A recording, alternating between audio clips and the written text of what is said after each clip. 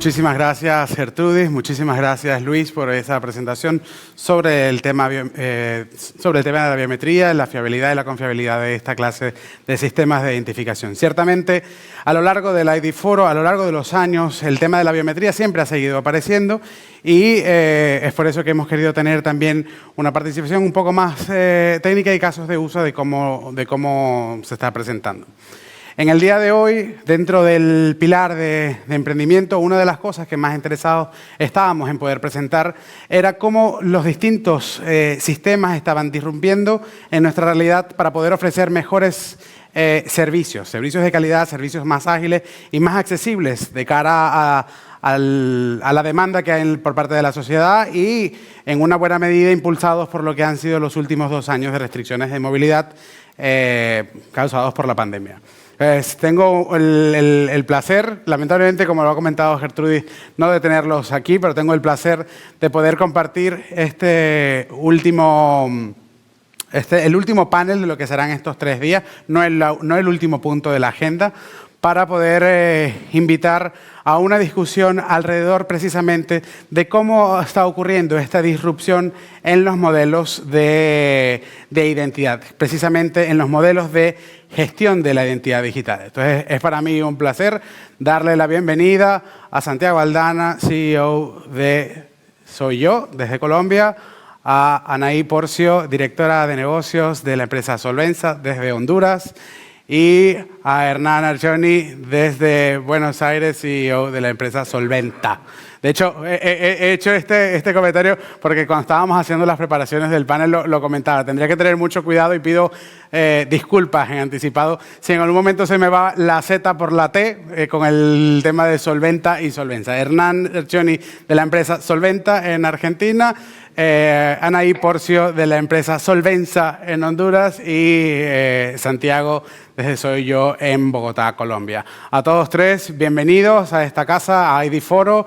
Estamos sumamente contentos de poder contar con ustedes, además de poder contar en el día de hoy un panel como el que ustedes representan, atravesando prácticamente todo el subcontinente de América Latina, desde Argentina en el Cono Sur, pasando por Sudamérica en Colombia y subiendo a Centroamérica en Honduras. A los 3, bienvenidos a ID Foro.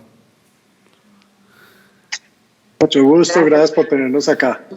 Gracias a ustedes por estar con nosotros. Comentaba al inicio del panel que una de las cosas que la pandemia, bueno, la última década en general, pero en especial en la pandemia hemos podido ver una aceleración acelerada en el que ha habido mucha disrupción, es cómo las personas nos identificamos, porque ha sido precisamente uno de los principales problemas que hemos tenido las personas para acceder a servicios en medio de las restricciones de movilidad. Los 3 hemos escogido que pudieran estar ustedes 3 con nosotros porque representan precisamente de una y otra forma, en distintos casos y en distintas realidades geográficas, una disrupción diferente de cómo se está administrando o gestionando la identidad digital en casos de uso diferentes. Entonces, aprovecho para comenzar aquí con Santiago, que vienes de Soy Yo, es una empresa que tiene, si se quiere, un paradigma un poco más transversal, y ya comentaremos en breve sobre Solventa y Solvenza qué es lo que están haciendo, pero desde este punto de vista un poco más transversal, sois una empresa desarrolladora de sistemas para la identidad digital, específicamente para ese nicho transversal de industria. ¿Podrías comentarnos un poco cuál es la filosofía o paradigma sobre el cual gira el modelo de negocio de Soy Yo? Bueno, sí, muchas gracias por este espacio. Nos hemos visto en un reto de ver cómo construimos confianza para apoyar la transformación digital de toda la sociedad, de todas las sociedades en general. Y esa construcción de confianza viene, por un lado, de saber quién es la persona que está al otro lado de las herramientas digitales, sea en el mundo presente o en el no presente, cómo hacemos ese proceso más confiable. Y lo que pretende Soy Yo es dar unos elementos, no solo en la confianza de esa identidad, sino en la confianza de la información que se está compartiendo. Esto es una plataforma donde conectamos unas entidades que quieren verificar, por un lado, el conocimiento, que la persona sí es quien dice ser, que yo soy quien digo ser, que yo soy yo. Por otro lado, que la información que estoy compartiendo es confiable, que se pueda hacer un proceso de KYC, que se pueda hacer un proceso también de background check adecuado, que se puede reducir la fricción recibiendo información de fuentes confiables. De tal manera que soy yo lo que es esa plataforma en la mitad donde damos unos servicios para que la persona se pueda autenticar muy fácilmente. Usamos herramientas de biometría facial, usamos herramientas de inteligencia artificial para verificar inicialmente esa identidad, pero no nos quedamos en un paso inicial de IDM Verification, que hay muchos proveedores de IDM Verification, sino que le damos la capacidad al individuo, a cada uno de nosotros, de tener un wallet donde guarda su identidad. Esa identidad le damos una protección muy fuerte en términos de privacidad, empoderamos al individuo a tener la información personal sensible totalmente cifrada, ni siquiera soy yo la puede ver, tenemos una arquitectura en que estamos orientados a que el individuo pueda guardar esa información y que pueda decidir con quién la comparte, para qué fin, empoderando al individuo mucho más de una manera más relevante a que es el dueño de su información. De tal manera que conectamos los dos lados. Por un lado los usuarios, el B2C, por otro lado las entidades, para que haya unas interacciones donde el principio de privacidad y seguridad por diseño es fundamental y hacemos que eso fluya mucho más fuerte. Muy fuerte en temas de seguridad, conectando ese ecosistema como tal.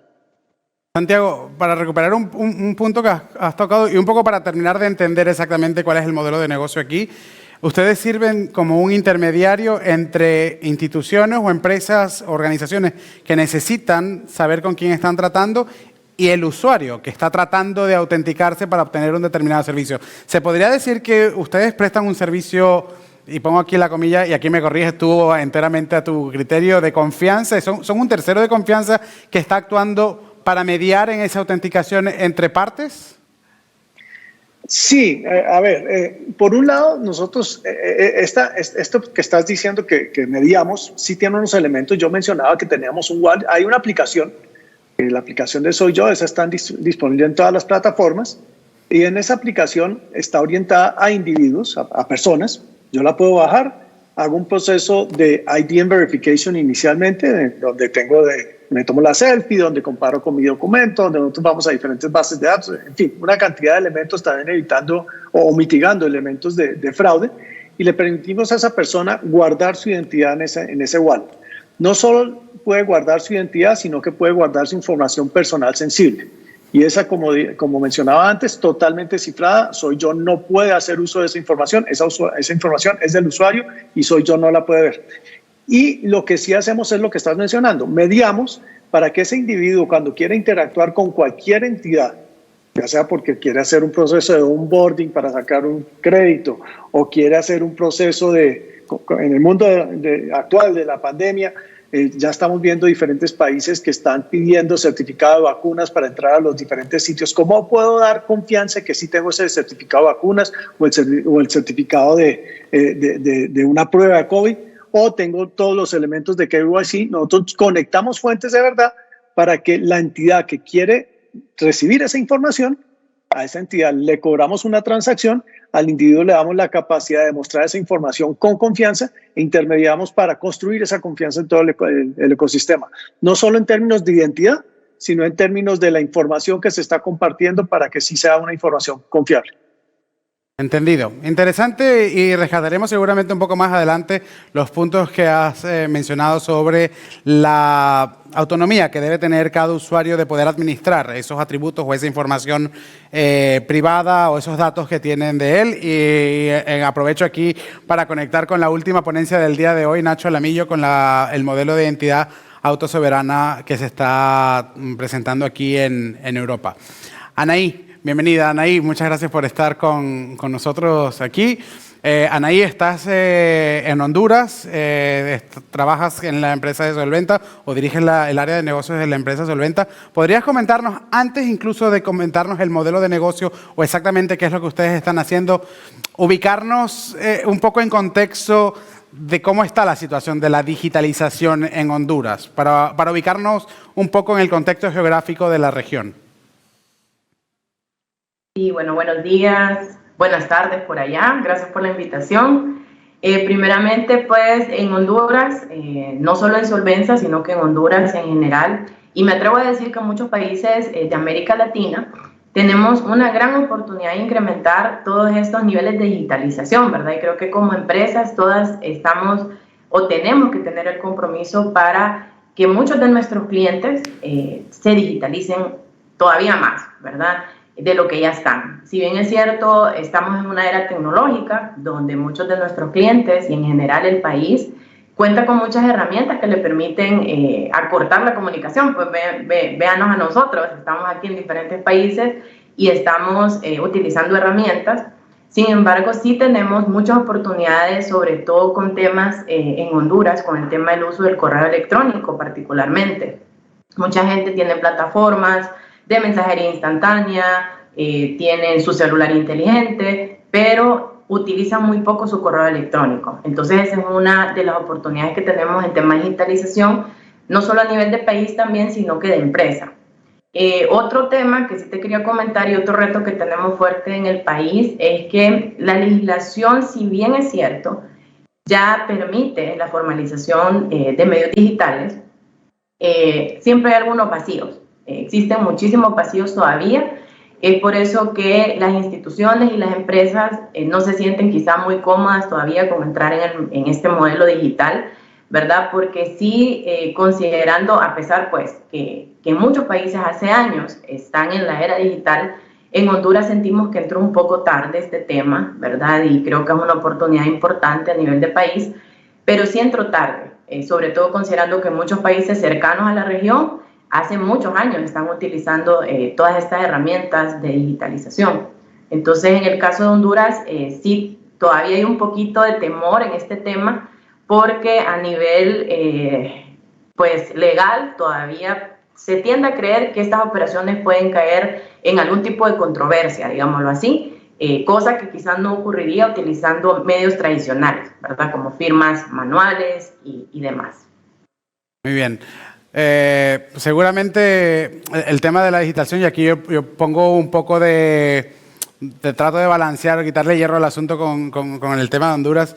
La brecha digital la tenemos en muchos y seguramente Hernán ahora nos tocará un poco esto, que tiene una visión también de varios países de la región. Antes de pasar sobre este tema, Anaí, ¿podrías comentarnos entonces dentro de estos procesos qué es lo que está haciendo Solvensa en Honduras? Ok. Sí, Solvensa forma parte de un grupo de empresas, del Grupo Inversiones La Paz, por más de 50 años brindando diferentes tipos de servicios, sobre todo en el rubro de venta de tecnología, todo lo que es línea blanca, electrónica y todo el rubro de motocicletas, que son, digamos, los más fuertes que tenemos. Y por más de 50 años en el mercado, pues hemos estado dando estos servicios. Solvensa viene a ser el brazo financiero del Grupo Inversiones La Paz.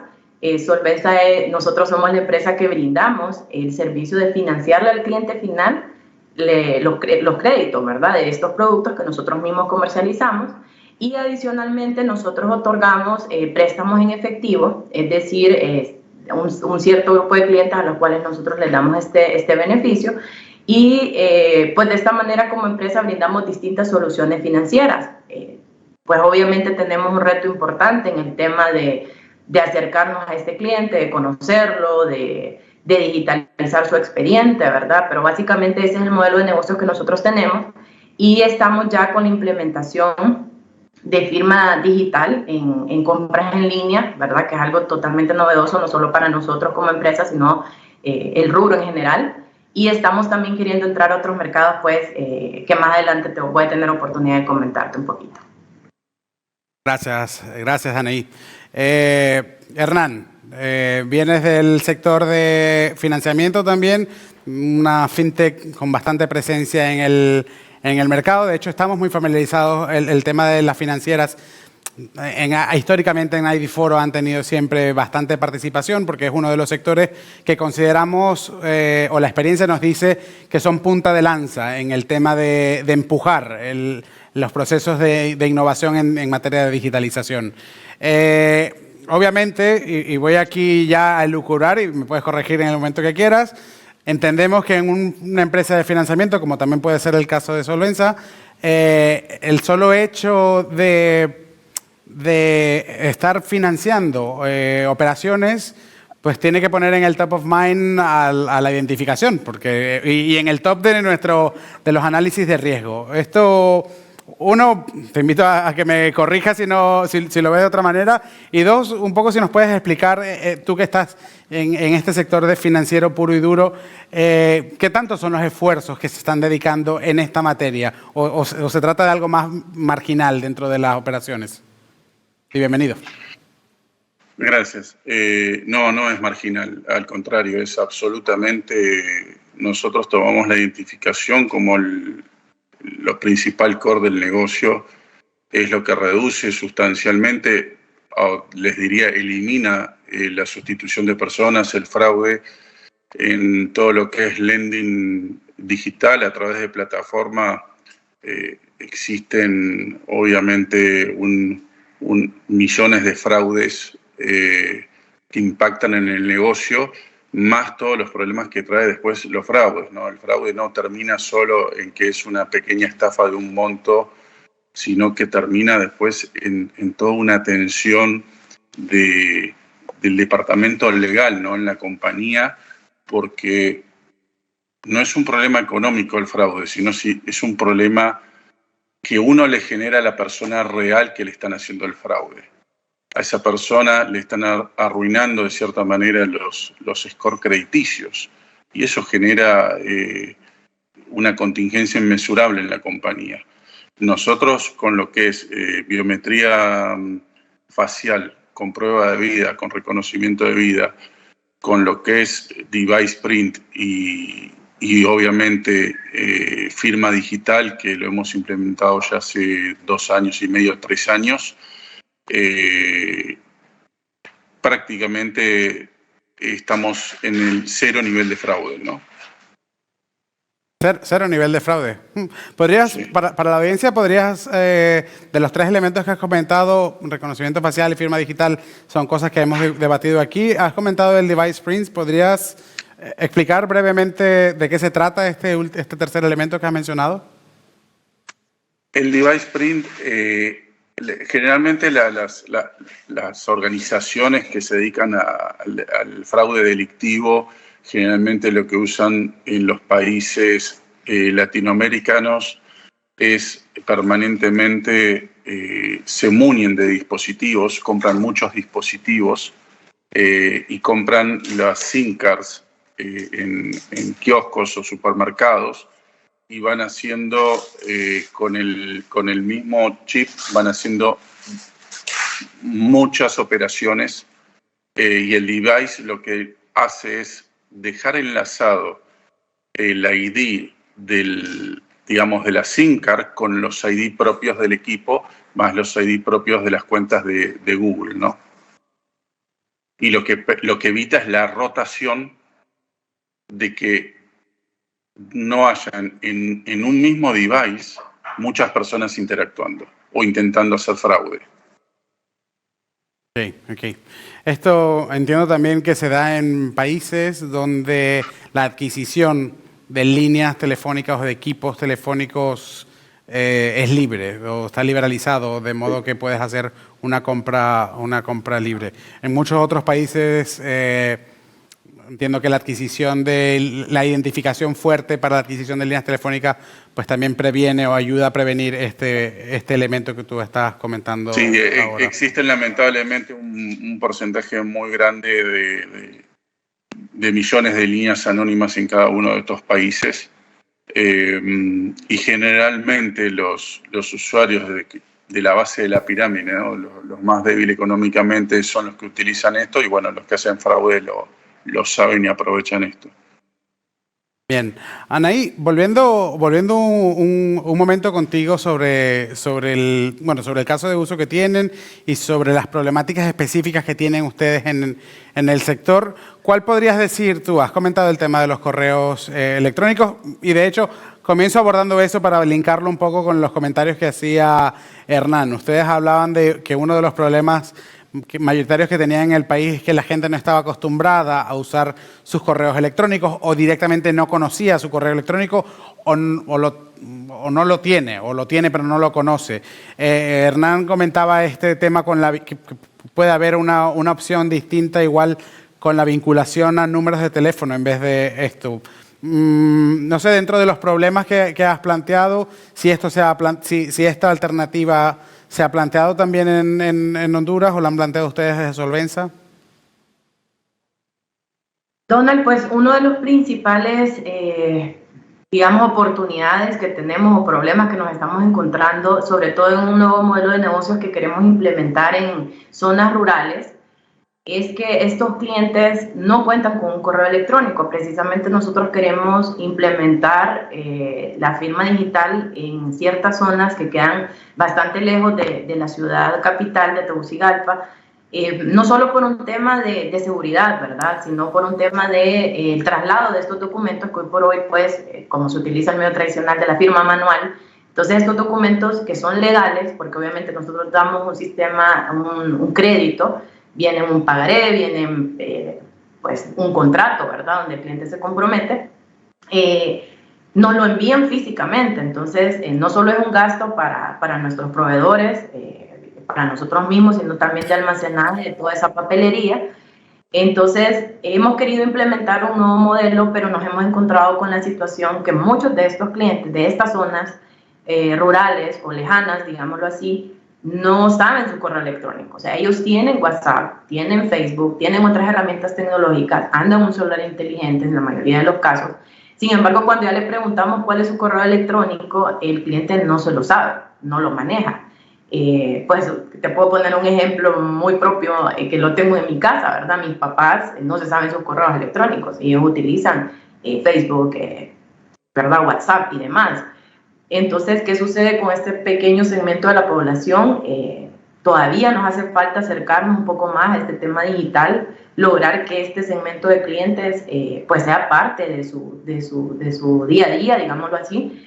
Pero en este momento de la vida, te puedo decir, este es un obstáculo que estamos encontrando. Pareciera increíble que en esta era tengamos estos clientes que no sepan o que no utilicen su correo electrónico, pero sí lo hay, ¿verdad? Y es un grupo grande de la población. Entonces, ¿por qué tenemos esta situación? Porque obviamente para temas de firma digital en Honduras sí se requiere una doble validación, es decir, no solamente el celular es suficiente, sino que también necesitamos un correo electrónico donde podamos hacer un doble check de que el cliente es precisamente quien dice ser. Y esa es la situación, pues, en la que estamos en este momento, realmente, que nos está dificultando poder implementar este proyecto. Y adicionalmente, Anaí, me quedo contigo un segundo, adicionalmente al tema del correo electrónico o el double check que tú comentabas, ¿están experimentando, sobre todo en estas zonas rurales o estas zonas, no sé si son rurales o no, pero más alejadas de Tegucigalpa, otros problemas de suplantación? Igual en la pandemia lo comentaba, creo que fue Santiago, comentaba el tema de mascarillas, o esto se ha convertido en una barrera nuevamente. Sí, precisamente, pues, al igual que ya lo comentaron en este foro, el tema de la mascarilla, todavía en Honduras, la mascarilla pues obligatoria para movilizarse, es también para entrar a nuestras tiendas, para comprar, pues tienen que andar con sus mascarillas, y eso pues nos ha incrementado los niveles de fraude como empresa, ¿verdad? Mucha gente se aprovecha, que solo pues anda tapada la gran parte de su rostro, y están haciendo suplantaciones de identidad. Esa es una realidad que creo que no solo nos pasa a nosotros en Solvensa, sino que en muchas instituciones a nivel de Honduras y de la región. Entonces creo que la oportunidad que tenemos, pues como lo mencionaban ahí, utilizar en el foro anterior, ¿verdad?, el tema de la biometría. Nosotros ya estamos viendo el tema de la huella digital, ¿verdad?, que nos va a facilitar también este tema. Sin embargo, nos hemos visto pues obligados a utilizar otras formas de validar pues que el cliente es el cliente, ¿verdad? Entonces ya pues estamos utilizando, por ejemplo, el tema de la fotografía en el punto de venta, donde se le toma una foto al cliente, se le pide pues que por unos minutos se quite su mascarilla. Pues de esta manera nosotros podemos validar contra el Registro Nacional de las Personas que esta persona es la persona, ¿verdad?, que nos está próximos a comprar. Entonces esa es la manera que lo estamos haciendo en este momento. Vale, has comentado un punto importante que es la conexión a bases de datos externas, que avanzaremos un poco antes de llegar allí. Quería regresar con Santiago, si te parece bien, ahora que has comentado Hernán ha comentado el problema de los devices y Anaí ha comentado, por ejemplo, este problema que hay ahora que tenemos con las mascarillas y que se ha convertido en una nueva forma de identificarnos, o una nueva forma, es un elemento casi permanente ahora en el desarrollo de relaciones en las que necesitamos identificarnos. Santiago, factores débiles de esta identificación, los puntos débiles realmente que podríamos identificar dentro de este proceso de seguridad, o cuáles son los principales elementos de seguridad que se deberían utilizar para poder combatir estos puntos débiles en la identificación.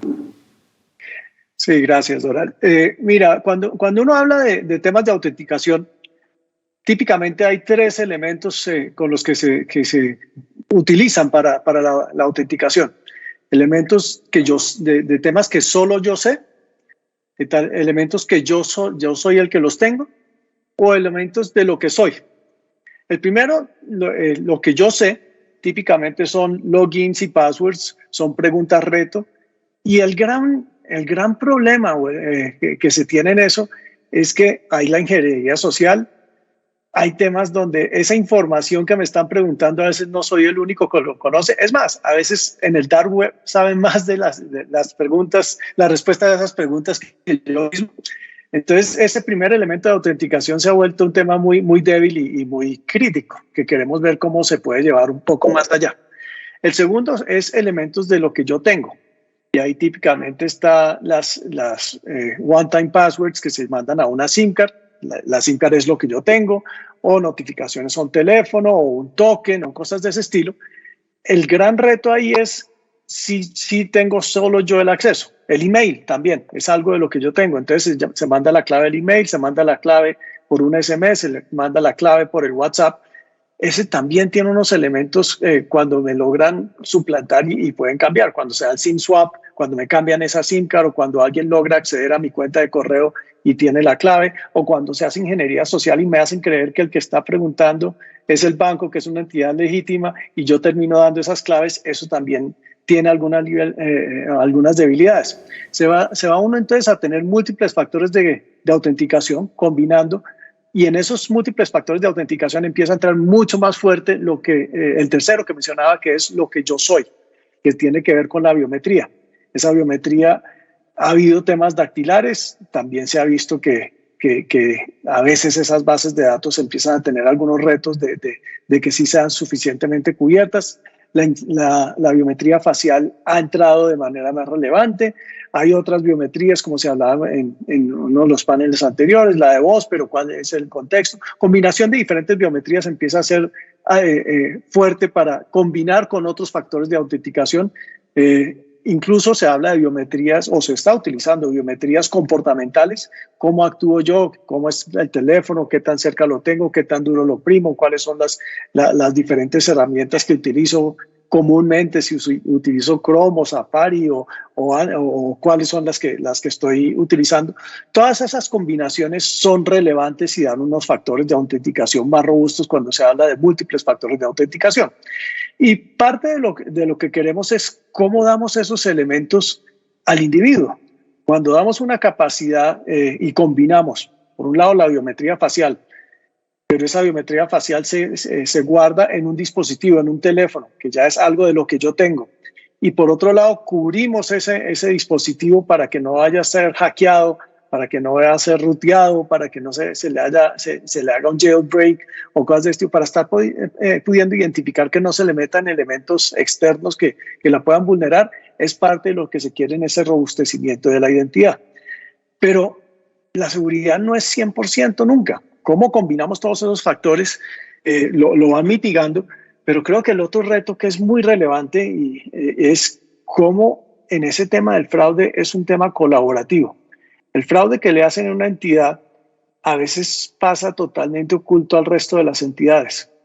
Y si vamos identificando esos individuos y compartimos un consorcio, tenemos información de consorcio donde vamos viendo las diferentes vulnerabilidades que se dan en uno, que se puedan ser compartidas entre todos, hacemos ese ecosistema colaborativo donde se tiene mayor información, mayor conocimiento. Otra vez, la construcción de la confianza. Es un ecosistema colaborativo donde el individuo es el dueño de su información, pero su relacionamiento y su identidad, que es una identidad digital dinámica, no es una identidad de un solo instante, no es un match entre mi foto y mi documento de identidad, porque eso pasa una sola vez en un registro. Es cómo se va comportando en todo el ecosistema, eso se va compartiendo y se tienen elementos que robustecen aún más todo el ecosistema, donde todos ganamos, todos construimos y se va compartiendo como tal. Gracias, Santiago. Tengo dos preguntas de dos puntos que has tocado. El primero, has comentado los famosos factores. Algo que sé, algo que soy, algo que tengo. Y con el tiempo, pues podemos vincular a distintos factores.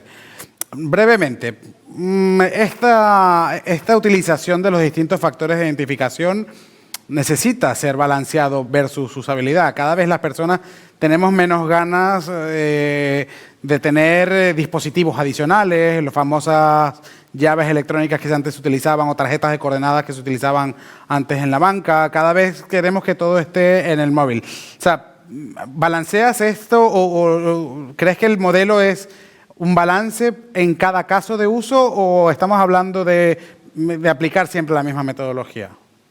Sí, tienes toda la razón. Yo creo que la autenticación es un tema contextual. Son dos retos, realmente, cómo tenemos la mayor seguridad, pero con la menor fricción posible. Cómo no dañamos la experiencia, la conversión del usuario. Y ahí es donde se vuelve fundamental cambiar un poco el modelo. Hoy en día estamos en un modelo donde cada entidad tiene el reto de verificar la identidad de cada individuo. Y a cada uno de nosotros nos toca un proceso de fricción tremendo con cada entidad. Si yo tengo relación con 30 entidades, me toca demostrar 30 veces de maneras diferentes que yo soy quien digo ser. Y en todos me toca de una manera muy, muy diferente y además con los riesgos de que me suplanten en todas. Si cambiamos el modelo a que deje de ser centrado en las entidades y que sea centrado en el individuo, hay una primera que es el planteamiento que tenemos en Soy Yo, cómo empoderamos a ese individuo a tener una identidad única que sea compartida. Y ahí hay un proceso de registro. Ese proceso de registro sí tiene elementos que verifica el dispositivo, que verifica la biometría, que verifica, si es el caso, con documentos de identidad. Pasa un proceso de muchas capas para verificar esa identidad una sola vez, pero desde ahí esa identidad queda aprovisionada y yo soy el dueño de esa identidad. Al ser el dueño de esa identidad, ya tengo múltiples factores para poder utilizar como autenticación. En algunos casos puede ser un tema de muchísimo riesgo, va asociado al nivel de riesgo, me pueden pedir que vuelva a tomarme la biometría facial. Y ese es un proceso donde no es la biometría facial que está en el dispositivo, sino una revisión con toda la inteligencia artificial para verificar que la persona sí es la misma de esa foto y que la foto se necesita también temas de prueba de vida y ahí es como reducimos la fricción. Pero al haber aprovisionado la identidad dentro de un dispositivo ya se abren múltiples factores de autenticación adicionales. Uno puede asociar esa identidad al dispositivo para que se utilice elementos como la autenticación nativa del dispositivo. Algunos dispositivos tienen la biometría facial ya no revisando que soy Santiago Aldana, sino la que está registrada en el dispositivo. Esa es menos fricción. O se puede tener un token, un soft token, donde es simplemente un push donde le doy OK y si yo tengo acceso a ese dispositivo y como está asociado a esa identidad, es un segundo factor de autenticación diferente con menor fricción. O como mencionaba yo, nos vamos también a unos elementos de autenticación más pasiva tipo biometría comportamental, en que dependiendo si el caso de uso es de mucho menor riesgo y estoy usando el mismo dispositivo y estoy haciéndolo a través de una IP que es relativamente conocida y a unas horas que es y tengo la distancia del dispositivo, todos esos elementos de biometría comportamental son pasivos, no tienen fricción y para un caso de uso de menor riesgo puede ser suficiente y no se tienen esos elementos de generar más fricción o más resistencia como tal. Sí se debe buscar siempre el consentimiento del usuario si va a compartir su información. Y esto va en línea de empoderar al individuo a su información y a dar el consentimiento expreso cuando quiere compartir la información. Pero hay múltiples mecanismos y lo que se vuelve es eso, un orquestador donde según el contexto de riesgo y de experiencia se pueden tener diferentes niveles de autenticación. ¿Y cómo llevar eso a que eso no me toque repetirlo con las 30 entidades diferentes, sino que yo como individuo ya tengo una unidad, una identidad única centralizada que decido utilizar, y como también doy un mecanismo para que esto sea mucho más incluyente, mucho más inclusivo como tal, porque este mecanismo, ¿cómo hacemos para que le llegue no solo a las grandes corporaciones, sino incluso a las pymes que puedan tener acceso a este tipo de tecnologías con unos mecanismos pay as you go y que puedan acceder y gozar de toda esta confianza en un ecosistema mucho más robusto? Gracias, Santiago. Algo que has comentado me ha recordado en una conversación previa con Hernán, donde Hernán preguntaba cómo era posible que un usuario tuviera que autenticarse 30 veces para hacer 30 operaciones en un mismo día, como mínimo, que las personas al final terminamos autenticándonos cada vez que abrimos el celular, pues ya estamos haciendo una suerte de identificación. Entonces, Hernán, voy a abordar un par de temas por alusión para tratar de vincular también con lo que había comentado con Anaí. La primera, un poco le lancé la pregunta a ella y ahora te la vuelvo a lanzar a ti. Estamos hablando de autenticaciones a través de correo electrónico, autenticaciones a través de teléfonos celulares. ¿Dónde ves tú esto? En la experiencia, ¿qué es lo que les ha mostrado? ¿Contra qué elemento debemos realmente vincular la identidad del usuario? A ver, está habiendo una tendencia, yo creo que el email va a ir desapareciendo. Y va a quedar solamente como dato identificatorio el número de celular, el número de móvil. De hecho, lo que comentaba Anaí, nosotros hemos tenido el problema con la firma digital y lo hemos solucionado, y la firma la hacemos a través de WhatsApp. O sea, el documento viaja por WhatsApp y el código de validación viaja por SMS y viaja por WhatsApp. Nosotros creemos que el número de celular y lo que más nos identifica a las personas es claramente el móvil. La problemática está, y estamos trabajando en Colombia y en Perú con las compañías de celulares para resolver lo que comentaba Santiago, la problemática del famoso SIM swap, ¿no? O sea, de esto que van cambiando el SIM de los dispositivos los que intentan hacer fraude. También estoy de acuerdo que tiene que formarse un ecosistema de identificación digital. No puede ser que uno tenga, todos los logins sean diferentes, todos los onboarding sean diferentes, y también de alguna manera creo que la industria privada o el ecosistema digital privado va a obligar al público, ¿no?, a que nos estandaricemos todos bajo lo mismo. Yo comentaba la otra vez, ¿cómo puede ser que uno vaya hoy en día con un pasaporte en un aeropuerto y lo tenga que presentar unas 15 veces en los distintos puntos del aeropuerto? No hay algo más incómodo que la libretita que tenemos de pasaporte. Y encima es más insegura que cualquier instrumento digital o que un propio device o móvil que esté tokenizado.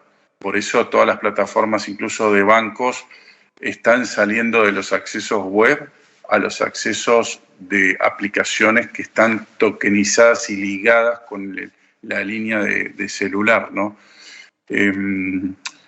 Sumando también a lo que comentaba Santiago, creo que de alguna manera las compañías terceras que brindan los servicios internacionales de identificación digital o de biometría digital debemos armar un clearing, una bolsa de alerta. No importa si es para rentar un carro, para tomar un préstamo, para comprar un electrodoméstico o lo que fuera.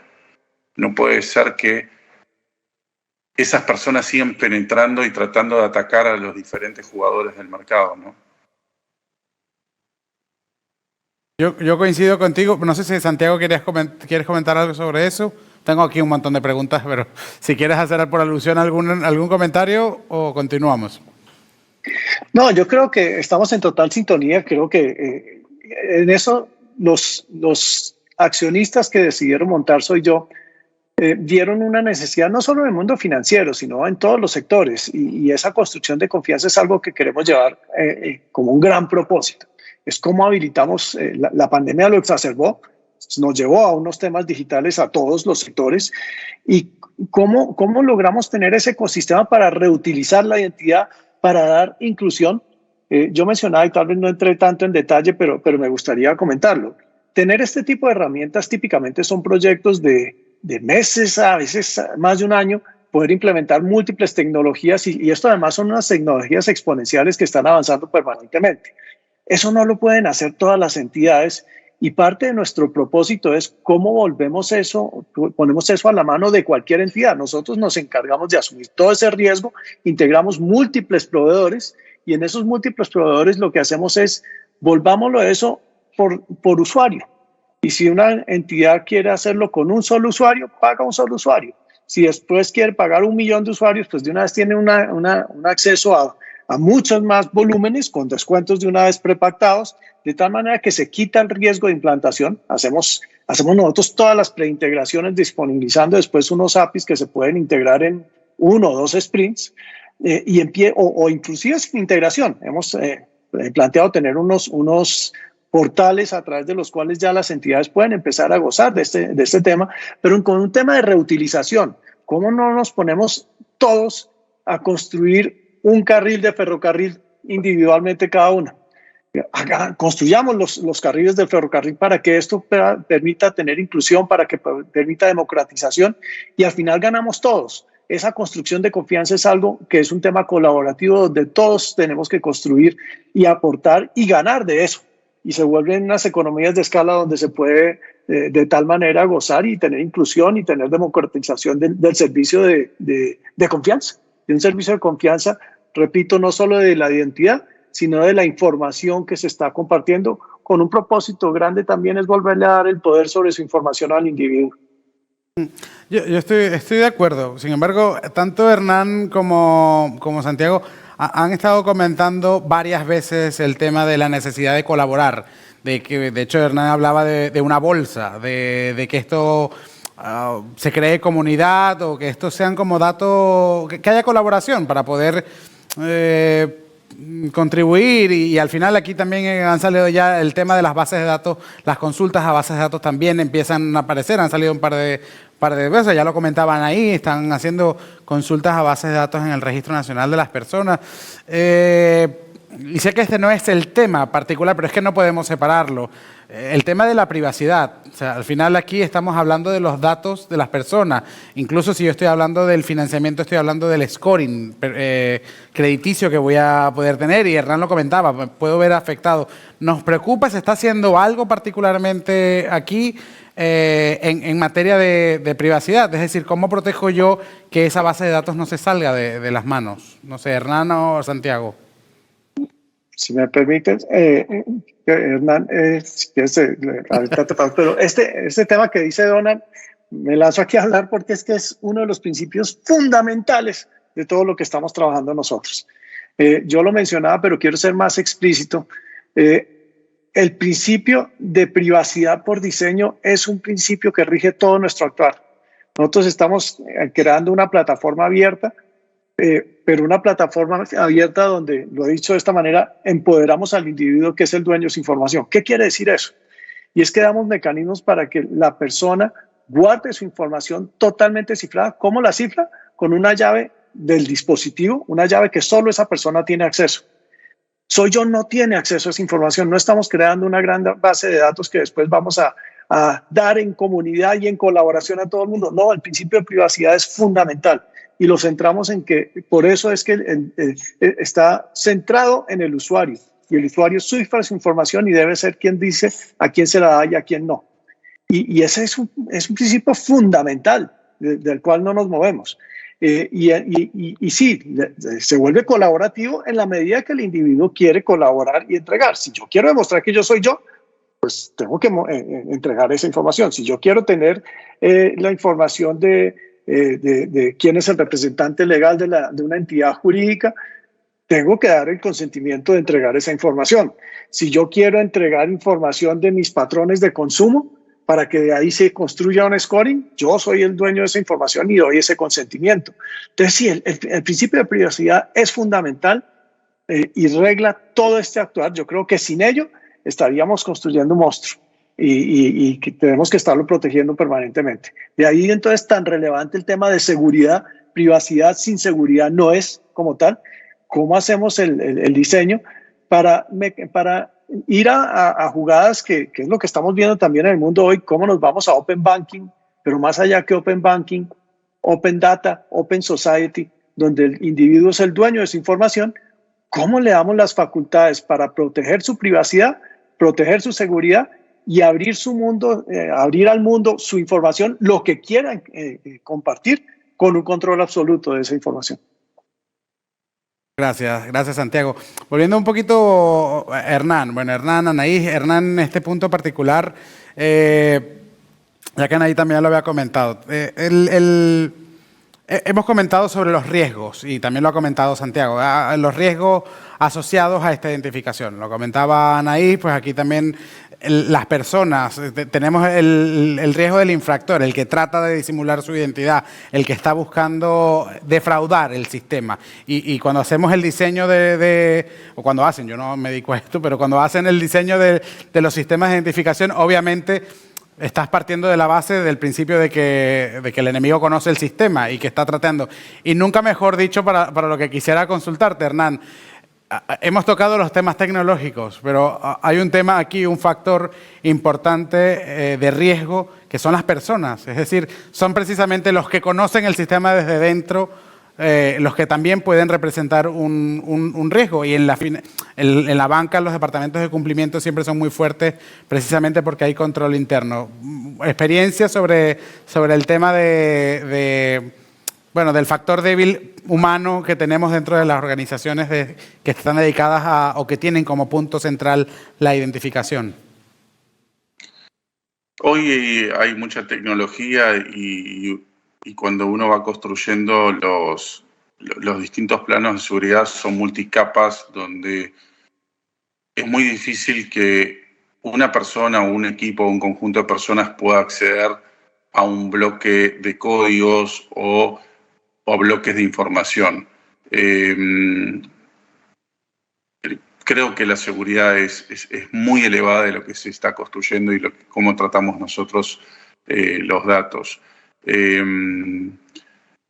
Cada vez uno a lo que es desarrollos de CRM o desarrollos de CRM y backends de la compañía los va haciendo con arquitecturas cada vez más especificadas, con alertas, con veedores electrónicos y de logins o de acceso a la información. Para nosotros es un tema muy importante, le damos mucha atención y es lo que se diseña desde el primer día de las estructuras. Y quiero sumar algo a lo que vos decías. La persona que va a hacer fraude generalmente estudia las plataformas nuestras una y otra vez. Yo siempre digo lo mismo. Nosotros quizás trabajamos 8, 12, 14 horas por día. El defraudador trabaja 24 horas al día, pero trabaja con nosotros para tratar de vulnerarnos. Y generalmente cuando el que quiere hacer un fraude económico digital, ¿no? Cuando le sale el primer fraude, acelera y va a fondo a hacer todos los posibles. Y insisto, el problema del fraude no es el fraude que podemos tener nosotros como compañías, o sea, la pérdida económica o reputacional. Creo que lo peor que daña el fraude es que está usando información y accedió a información a una persona real, natural, buena, y de alguna manera eso la va a afectar. Eso creo que es lo que nosotros más cuidamos y más queremos estar atentos, ¿no es cierto? A veces uno mide estas tecnologías que realmente las buenas son costosas e impactan en el negocio, pero uno lo tiene que ver en el mediano y largo plazo, a nivel reputacional, a nivel el daño, como dije, a las personas que están siendo usadas en definitiva, ¿no es cierto? Gracias por la intervención, Hernán. desde aquí creo que en nombre de toda la organización de Ediforo, en lo que han sido los últimos años, hemos tratado precisamente de enviar un mensaje tal cual como el que estás comentando tú. Ponerle rostro, ponerle nombre y ponerle cara al que sufre de estos problemas, porque al final no se trata de soy yo o de Solvenza o de Solventa o de una empresa, se trata de la persona que está sufriendo los problemas asociados a las implementaciones de esta clase de sistemas. Y en nuestra industria del lending, ¿no?, de préstamos online o financiamientos online, generalmente quienes hacen fraude utilizan personas con muy buenos scores o con muy buenos indicadores, que hace que todo le pueda fluir para obtener el resultado, ¿no?, propiamente del fraude. Entonces, generalmente quiere dañar a una persona natural que está muy bien, y el daño que le puede producir es muy grande. Claro, entendido. Anaí, que tengo aquí, mientras ellos estaban comentando, pues estaba pensando, dije, bueno, dentro de lo que es la realidad de Honduras, que también lo has comentado, y la realidad de algunos países de América Latina, finalmente, pues en medio de tantos problemas, de tantos riesgos, de tantas cosas que tenemos que abordar, ¿cómo han decidido hacerlo ustedes? ¿Cómo están haciéndolo actualmente? Ya que el proyecto han tenido algunos escollos a raíz del tema del correo electrónico, ¿cómo lo hacen entonces? Ok, en la actualidad nosotros estamos utilizando, creo que por ahí Santiago o Hernán lo mencionó, tenemos varios mecanismos que estamos utilizando pero que ya no son suficientes. Y de hecho todavía lo estamos utilizando porque todavía estamos en ese proceso, ¿verdad?, de transformación o de cambio hacia nuevos modelos digitales. Sin embargo, todavía seguimos utilizando, por ejemplo, la autenticación, por ejemplo, con algunas preguntas generales, tal como lo mencionaron por ahí, creo que fue Hernán. Muchas empresas que cometen fraude, digamos no empresas, pero sí son grupos fuertes, ¿verdad?, que están cometiendo fraude, consiguen fácilmente esa información. Por ejemplo, preguntas relacionadas a los créditos que posee el cliente, eso cualquier persona que tenga un acceso lo puede validar. Entonces, al tener esos mecanismos de validación algo débiles, digámoslo así, estamos implementando otras tecnologías, ¿verdad? Como te digo, recientemente implementamos el tema de la toma de fotografía in situ. Esto pues nos está ayudando muchísimo a por lo menos a disuadir el fraude. No es algo que nos va a ayudar del todo quizá a cortarlo como tal o a prevenirlo, pero sí disuade al cliente o a la persona que intenta hacer el fraude, ya que pues previamente ellos sabían, como decía por ahí Hernán, investigan, se toman mucho tiempo en investigar los procesos de cada institución y ellos ya saben cuál es el proceso que nosotros estamos siguiendo. Entonces los fraudes que se han cometido han sido por ese mismo conocimiento que ellos tienen. Ellos ya sabían que nosotros hacíamos ciertas preguntas de validación, que no le pedíamos al cliente que se quitara la mascarilla.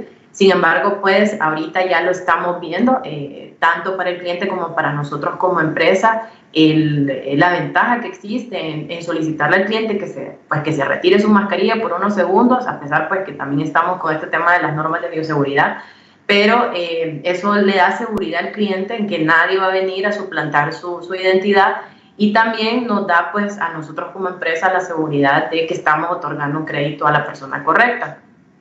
Sin embargo, pues creemos que eso también, ya estamos viendo otras formas de hacerlo. Como te mencionaba anteriormente, el mismo Registro Nacional de las Personas, recientemente en Honduras estamos haciendo un cambio de documento de identificación personal. Prácticamente el que teníamos anteriormente tiene más de 20 años de uso. Imagínate, yo utilizaba mi identidad desde que tenía 18 años, es la fotografía que yo tengo en mi DNI. Y hasta este año estamos haciendo cambio de documento de identificación con una foto reciente de los clientes. Entonces ya te imaginas la facilidad que podía haber en hacer un fraude presentando una identificación que ya no te pareces ni por cerca como eras hace 20 años, ¿verdad? Entonces creo que sí tenemos el reto como empresa de seguir pensando pues me llamó la atención mucho lo que comentó por ahí Santiago y Hernán, de cómo lo hacen ellos. Seguir implementando, pues yo creo que es el reto, por eso pues nos encantó poder participar en este foro, porque era la oportunidad para conocer cómo lo están haciendo en los demás países. Si bien es cierto, como Honduras nosotros estamos limitados, cada país tiene sus legislaciones distintas en cuanto al tema de la digitalización. Sin embargo, sí lo estamos viendo ya, Donald, el hecho de utilizar pues la huella dactilar y otros mecanismos que por ahí ya lo mencionó Santiago y Hernán. Una consulta adicional sobre este punto. Con respecto, comentaste ya antes y has vuelto a decir que ustedes están integrados con la base de datos del Registro Nacional de las Personas. ¿El registro está abierto? ¿Está proporcionando este servicio de manera accesible para las instituciones? ¿O se empieza ya a crear un ecosistema alrededor de la identificación? Ahora recientemente están brindando esta oportunidad por el hecho que te comento del cambio de DNI. De hecho, ellos están promoviendo todo este tema de la huella digital, pues con este cambio de documento de identificación. No solamente actualizamos la foto del cliente, sino también las huellas dactilares pues, de ambas manos. Y pues ellos están ya en este proceso brindando un servicio. Ya nosotros ya dimos los primeros pasos en ciertas reuniones con ellos con el IP, que es el ente que está regulando todo este tema, ¿verdad? Pero sí, estamos todavía, nos hace falta todavía dar esos pasos importantes para poder digitalizarnos más, pues. Y como decían por ahí, esto no solamente es verlo de cara de la empresa, ¿verdad? Decir, es para yo evitar pérdidas económicas por temas de fraude. Es para darle seguridad al cliente, ¿verdad? Y como bien dijeron ahí, todos nosotros tenemos un teléfono inteligente. Todos nosotros, para entrar a una sucursal electrónica de nuestras instituciones bancarias, tenemos que autenticarnos y la mayoría lo tenemos con huella digital. Entonces creo que sí, es un reto para todos, buscar nuevos mecanismos. Y pues como te dije, en Honduras llegó un poco tarde este tema, pero pues nosotros estamos queriendo estar a la vanguardia pues como empresa en este tema que es tan importante. Gracias, Anaí. Santiago, un poco ya de cara a ir finalizando esta ronda de preguntas, tú que estás en el sector más transversal de la identidad, ¿cómo crees tú que estos modelos de identificación única, en el que yo estoy buscando precisamente poder administrar mi propia identidad, están contribuyendo con este concepto holístico del Open Society o de la sociedad abierta? Sí, a mí me gustaría, primero, yo no creo que sea un modelo de identificación única, que ahí a veces abre algunas inquietudes. Yo creo que es un modelo de autenticación y de confirmación de información transversalmente.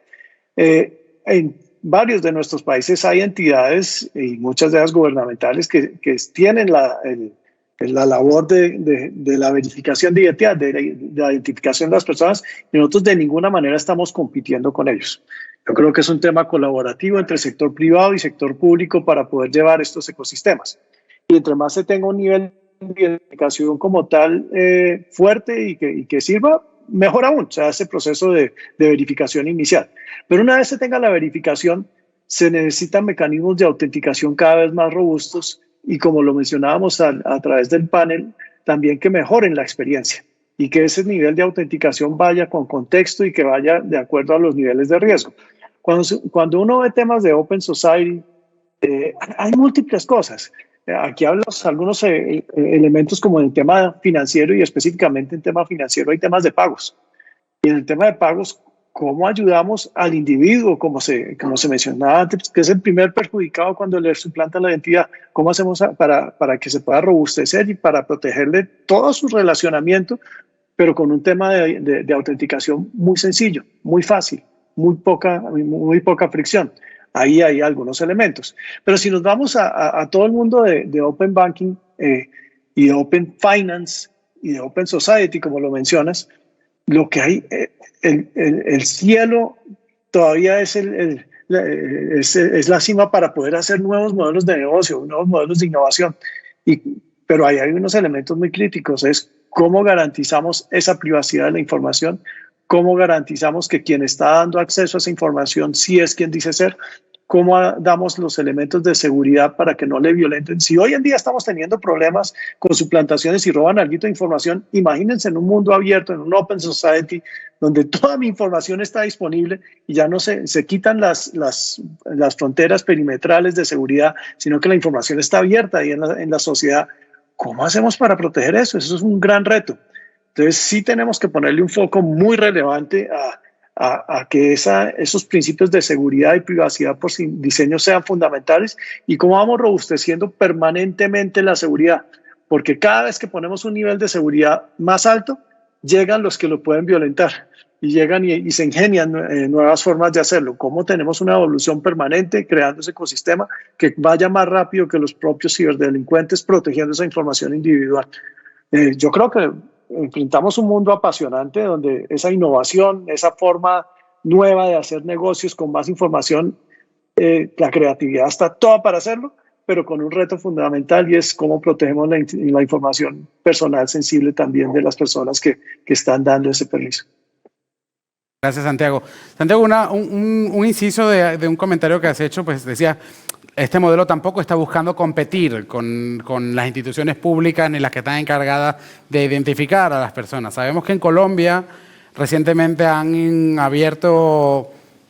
ha inaugurado la Carpeta Ciudadana, un proyecto súper ambicioso que en muchos países ha dado muy buenos resultados y que obviamente requiere el acceso de ciudadanos a autenticación de ciudadanos en plataformas de la administración pública. ¿El modelo de Soy Yo está contribuyendo allí? ¿Es un modelo paralelo? Estamos en total sintonía con esa iniciativa. Hemos estado trabajando también muy de cerca con el gobierno y con el Estado en estos elementos. Hoy en día esta aplicación que les mencionaba yo de Soy Yo, la que se puede bajar en cualquiera de las plataformas, tiene algo que llamamos Mi Espacio.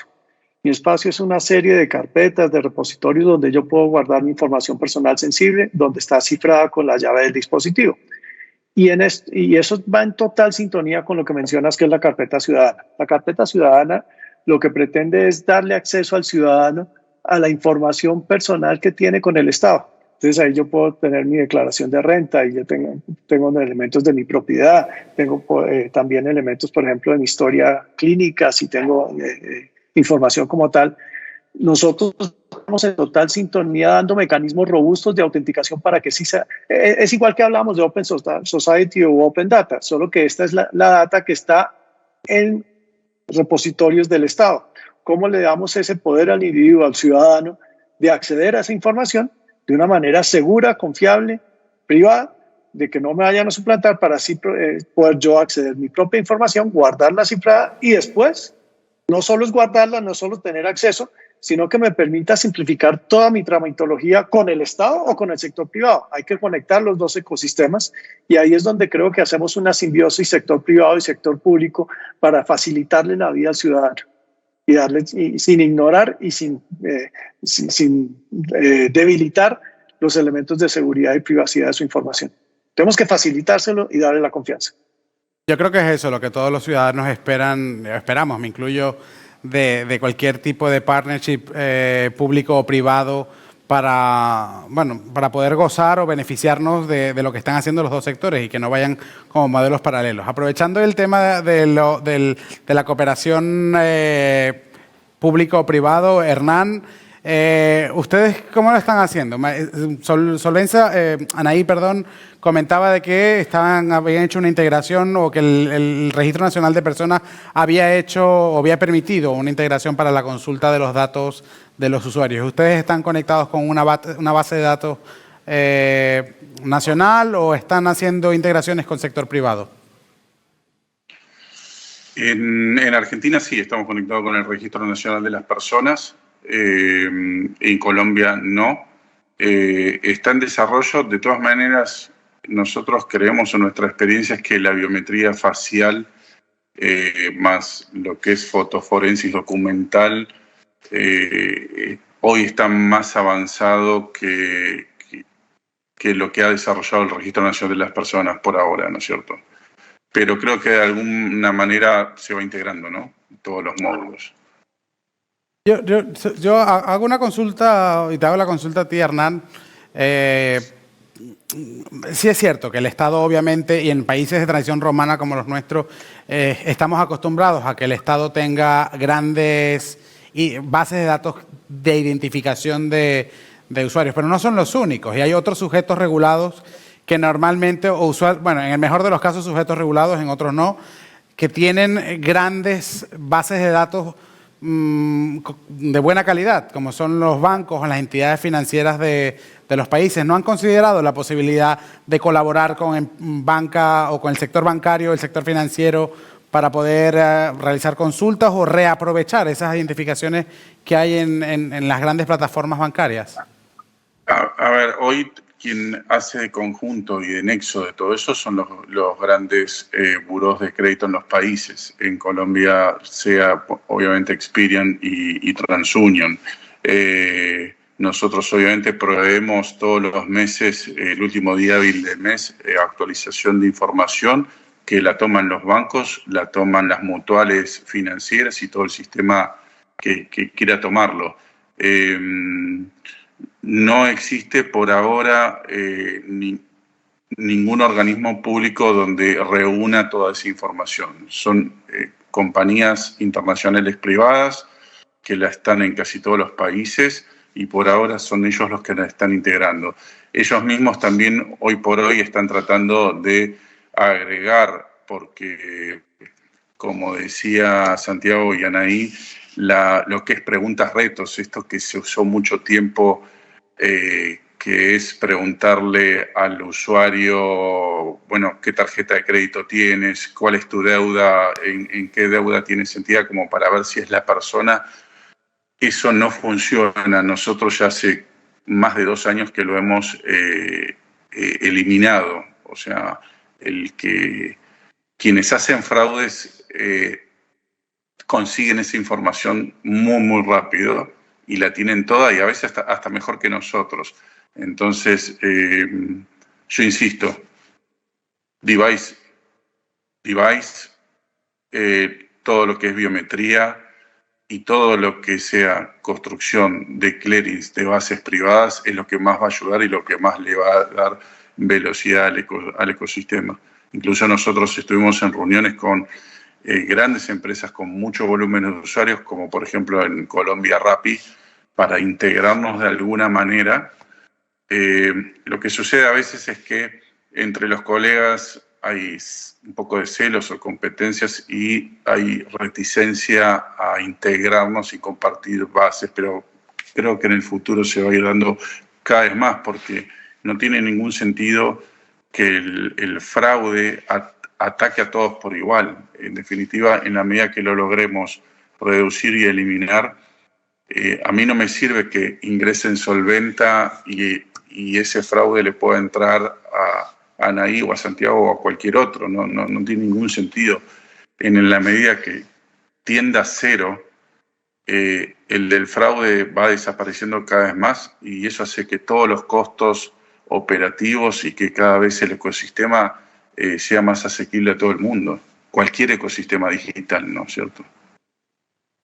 Sí, has tocado un punto importante que es que y creo que Santiago coincidirá en este punto, de que son también las bases de datos privadas las que tienden a crecer y enriquecerse y que son más ágiles también en el proceso de recopilación y actualización de esos datos. Yo recuerdo un discurso que hacía Marta Peirano, una experta en materia de privacidad, que decía que hace 40 años la base de datos más grande del mundo de usuarios, o bueno, de personas en Estados Unidos no lo tenía la Agencia de Seguridad Nacional, sino que lo tenía Walmart, que a cambio de todos tus datos, de saber cuándo comprabas, cómo comprabas, cuánto comprabas, qué comías, qué marca consumías, después de gastar mucho dinero te regalaban un envase plástico de tupper para la comida, a cambio de todos esos datos. Y con el paso del tiempo hemos visto cómo el tema del comercio de datos se ha hecho cada vez más grande. Sin embargo, la realidad sigue siendo la misma, pues el sector privado siempre va más rápido, es cuestión simplemente de regularlo. En el caso, te hago la pregunta exactamente a ti, Hernán. Estás en Argentina, está Mercado Libre, por ejemplo, que tiene también una base de datos, seguramente tiene una base de datos importante de usuarios en toda la región. ¿Han considerado la posibilidad de integraciones con esta clase de plataformas que hoy serían el nuevo Walmart o las nuevas plataformas que están rastreando nuestros hábitos de consumo y que por consiguiente nos identifican perfectamente? Sí, hay acercamientos. Lo que pasa es que las compañías tan grandes como, suponte, domicilios.com, Rappi, Mercado Libre, al tener esos datos también no quieren abrir mucho la posibilidad de juego. Pero Mercado Libre y Mercado Pago, que es la plataforma de dispersión de pagos y de cobros, el nivel de fraudes que tiene también es muy alto. Lo han ido reduciendo, pero es muy alto el nivel de fraude. Ahora, hoy Mercado Libre tiene la mayor información, o sea, es como un Walmart, ¿no? Como dijiste vos. Pensemos que Mercado Libre, además de saber tus hábitos de consumo, qué compraste, absolutamente todo, es el único que tiene la validez de la ubicación o de los domicilios donde vivimos cada uno de nosotros, que es un gran problema en los países latinos, ¿no? La ubicación de las personas o los registros públicos o los burós de crédito están sumamente atrasados con los domicilios, incluso para efectos legales o de notificaciones, sea Equifax o quien sea, el domicilio capaz que es donde vivía con sus padres hace 15 años la persona, mientras que Mercado Libre tiene donde recibiste hace 48 horas un paquete que le compraste a tu hijo. Es impresionante eso. Y lo tiene verificado ese domicilio con la entrega, ¿no? Y a veces lo tiene verificado muchísimas veces en el mes por distintas compañías de entrega o de lo que se llama de última milla, ¿no es cierto? Sí, creo que volvemos y rescato aquí dos conclusiones que veo de tus comentarios. La primera, igual el celo que sigue habiendo todavía en el sector privado y que a lo mejor en el futuro cercano lo que tendríamos que pensar es en la estandarización o ver cómo ponemos reglas del juego para el reaprovechamiento. Y la segunda, pues retornamos al mismo, la agilidad del sector privado para poder dar mejores respuestas más claras y más rápidas en el sector. Última pregunta antes de pasar a un par de preguntas que tenemos del público. Anaí, comentaste un par de veces que ustedes habían logrado cerrar ese círculo también incorporando la firma digital.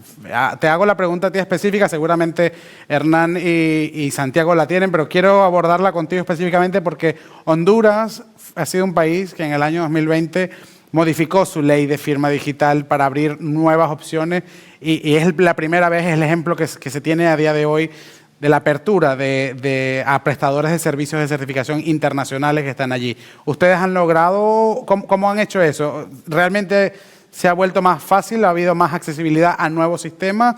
¿O cómo han logrado cerrar ese círculo con la firma digital para vincular jurídicamente las operaciones? En nuestro caso, Donald, tenemos el servicio de una empresa externa, ¿verdad? Que es aceptada en Honduras.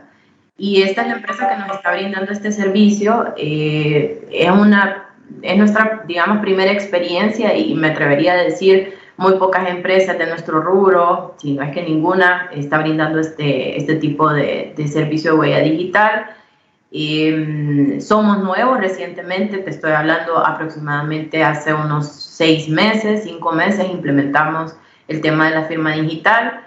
Y lo tenemos únicamente en nuestra página web, es decir, todo cliente que nos compra, no lo conocemos, nunca lo vemos, incluso le hacemos la entrega, tal como decía Hernán, la ventaja es que tenemos el servicio de entrega a domicilio, entonces podemos ubicar al cliente, hacemos todo el proceso digital, la firma digital, pero el producto pues tiene que llegar al cliente definitivamente, entonces le damos dos opciones, o le hacemos entrega a domicilio, en su lugar de residencia, o el cliente va a alguna de nuestras tiendas más cercanas que tenemos pues en diferentes partes del país a recoger su producto. Entonces, en ambos casos hay un contacto final físico con el cliente, obviamente tenemos esa ventaja, pero eso no quiere decir que sea un mecanismo que no puede ser violable, un proceso que no puede ser violable. De hecho, ya tuvimos un caso donde pues, la persona, uno de los requisitos es que se tome la fotografía pues, con su documento de identidad sosteniéndolo a esta altura,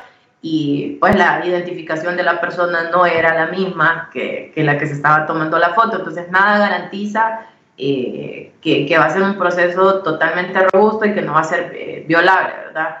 Sin embargo, pues hasta el momento nos está funcionando. Sí te puedo decir que es un riesgo asumido en este momento en el país, porque no nos hemos todavía topado con un caso que vaya a los juzgados, por ejemplo. O sea, no sabemos qué va a pasar el día que pues, pase un fraude y tengamos pues, que ir allá. No sabemos si el juez nos va a aceptar la firma digital. Entonces es un tema de que nos la estamos jugando, incluso muchas empresas con este tema todavía por esta misma situación que te digo, que en Honduras pues nos vimos obligados a hacer un cambio reciente en el tema de firma digital a raíz de la pandemia, obviamente, porque estaba con una legislación del 2013, o sea, hace muchos años atrás, sin modificaciones. Entonces, todavía hay bastantes lagunas por ahí. Sin embargo, pues nosotros ya estamos montados, como dicen, en el barco y pues queremos seguir para adelante con este tema de la firma digital.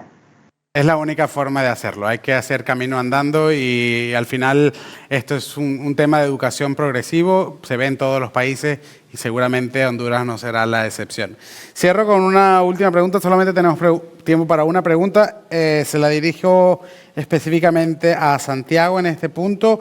¿Las tecnologías que utilizan son de in-app protection, data fabric o estáis considerando temas de blockchain en lo que estáis haciendo? Nosotros estamos, parte de lo que nos ponemos como misión, esto como decía yo, es un tema de tecnologías exponenciales. Somos agnósticos de proveedores, aunque sí tenemos unos partners muy relevantes, los que están en la vanguardia en temas de tecnologías de biometría, de autenticación, los incorporamos, vamos incorporando otros. Por ahora no tenemos elementos en blockchain, aunque como ustedes saben, blockchain está fundamentado en temas de vieja data, temas como hashes, temas de criptografía, todos sí utilizamos una cantidad de elementos de ellos. Cuando se está haciendo un trámite podría llegar a haber elementos. Cuando estamos viendo temas como mencioné en algún punto, certificados de vacunas, hemos tenido desarrollos para integrarnos con certificados que están hechos en blockchain. No estamos en la tecnología por tecnología, sino por valor. Y en algunos casos es mejor usar elementos tradicionales, en otros puede estar elementos como blockchain que pueden llevar más allá los temas. Entonces sí, permanentemente estamos evolucionando, es lo que dé valor al cliente, lo que dé valor al usuario. Aquí hablamos de clientes las personas, hablamos de clientes las entidades y buscamos incorporar las tecnologías que mejor apoyen ese caso de uso, mejorando la seguridad y mejorando la experiencia. Muchas gracias, Santiago. Anaí Porcio desde Honduras, Santiago Aldana desde Colombia, Hernán Arcioni desde Buenos Aires. A los tres muchísimas gracias. Gracias por atender el llamado que hemos hecho desde ID Foro para participar en este panel, para contarnos un poco desde el Cono Sur hasta Centroamérica qué es lo que está pasando y cómo se están modificando los modelos de identificación en los distintos sectores de la región. Desde el día de hoy, miembros de ID Foro, esta es su casa, saben que pueden contar con este espacio en cualquier momento que así lo deseen y no tengo más nada que darles palabras de agradecimiento por haber estado con nosotros en el día de hoy. Muchas gracias. Gracias a ustedes. Muchas gracias a ustedes. Muchas gracias.